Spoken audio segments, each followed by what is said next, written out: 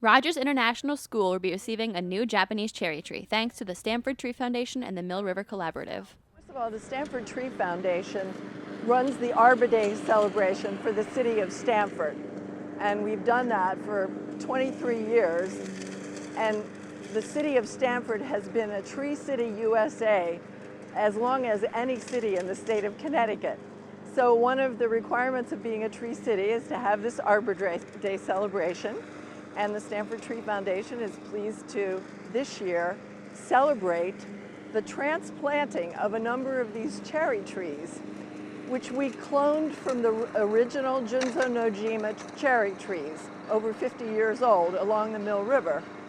And those were the trees where there was such an outcry when they were all cut down, and we wanted to preserve the history of those trees.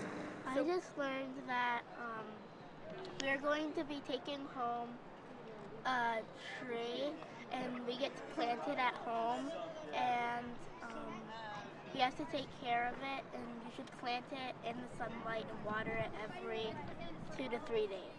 After selecting the tree, the students heard the story of how the trees came to this country, as well as how to plant and care for their tree. We heard that, I forget his name, there's this guy from Japan, and he started off as a dishwasher, then a chef, then he opened a restaurant, and then the United States and Japan had a war, so then his restaurant closed down. And he came here, he made a restaurant, and we were so nice to him, he wanted to give us a present, so he planted 100 cherry trees. We're getting trees to take home, and we learned how to take care of them. Today on Arbor Day we learned how to take care of trees and how to plant them. Can you tell me a little bit about that? We have to plant them in somewhere where they can get sunlight and in moist soil, and you can't plant them close to another tree because then the roots won't have anywhere to spread. A tree always needs to be in a good spot near the sun, and it can't be stepped on, and it needs